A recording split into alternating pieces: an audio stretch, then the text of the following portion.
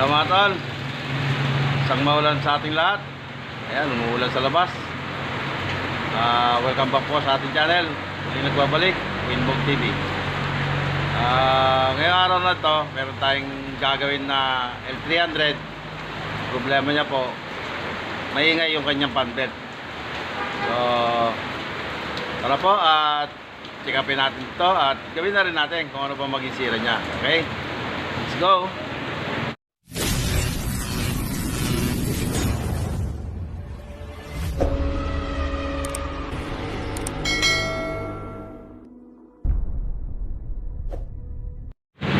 Yan, shoutout kay Sir Hermie, sa may-ari ng L300.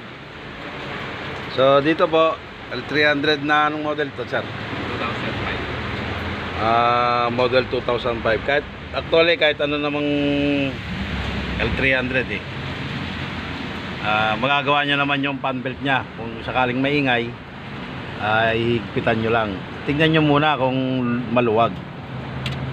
Gaya nito, maluwag yan. So karamihan kasi sa mga customer ko, hindi pa nila alam kung paano magigpit ng fan belt nito.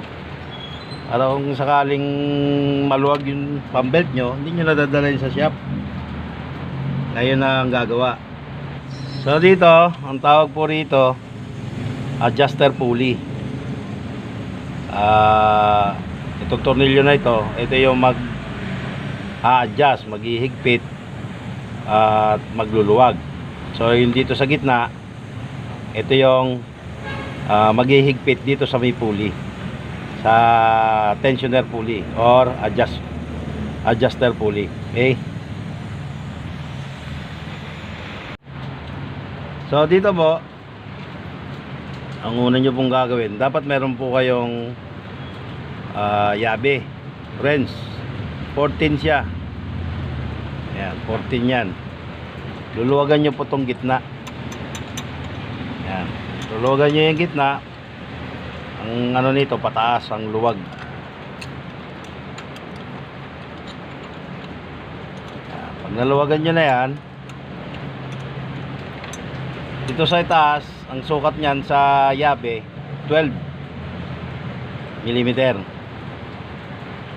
Kung may sakit naman kayo, mas maganda. Pwede ring yabe. Yan. Ang paigpit naman nito, dito sa papunta rito, pakanan. Pero tayo may sakit eh. Gagamitan ko siya ng sakit. Higpitan nyo dyan. Tapos tansyahin nyo po yung higpit ng fan belt. Hindi siya yung masyadong mahigpit, hindi rin masyadong maluwag. Pagka naikot nyo na at medyo hirap na yung ikot nyo, galawin nyo yung fan belt ulit.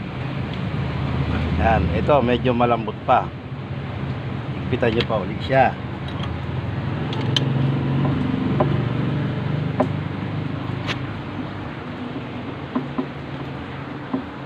Yan, pag medyo matigas-tigas na yung ikot ulit nung sakit nyo, hawakan nyo ulit ito, itulak nyo pababa, pataas, taas, baba. Yan, yan, medyo maigpit na siya.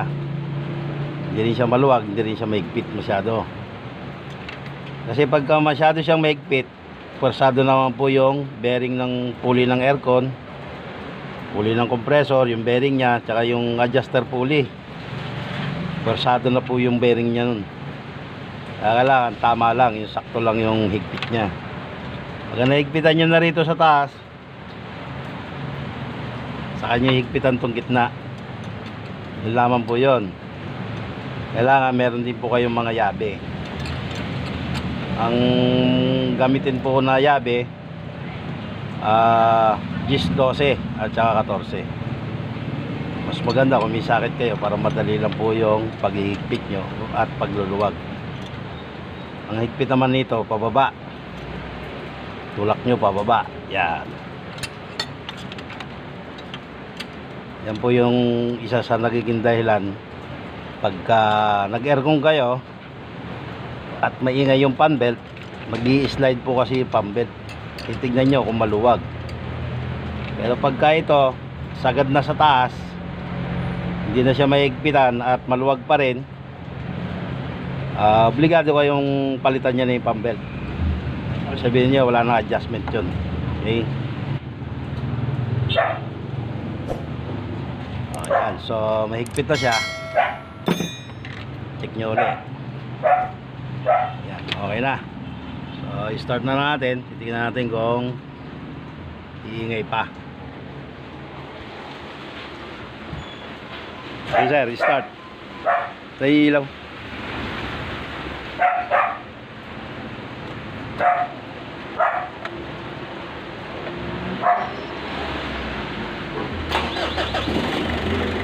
Aircon. Aircon.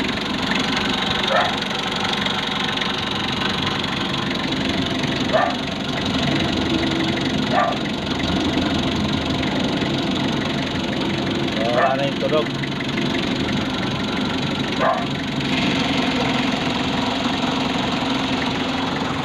Okay. So, yun lamang po. So, ganun lang po yung paghihigpit. Tapos, check nyo na rin po yung ibang pump belt kung maluwag. So, dito tama lang. Yung isa, itong pump belt na ito sa ibabaw, power steering yan. Tapos itong nasa gitna, yung B-type, papuntang alternator. So, checkin nyo rin yan kung malambot. Tulad yan, okay naman siya. Pati power steering. So, ganoon lamang po yun. So, yan lang po yung ating naituro. Kaunting kaalaman lang po. Maraming salamat po sa inyong pagsubaybay. Kung mga hindi pa nakaka-subscribe, subscribe na po kayo. Just like and share, subscribe. Click the notification bell para lagi tayong updated sa aking mga susunod na video. So, kung may katanungan naman po kayo, mag-message lang po kayo sa ating comment section. Sasagutin naman natin yan sa abot na aking makakaya. Okay? Maraming salamat po sa inyong muli at Winbong TV po. Mas lamang ang taong madiskarte. Hanggang sa muli. Bye-bye.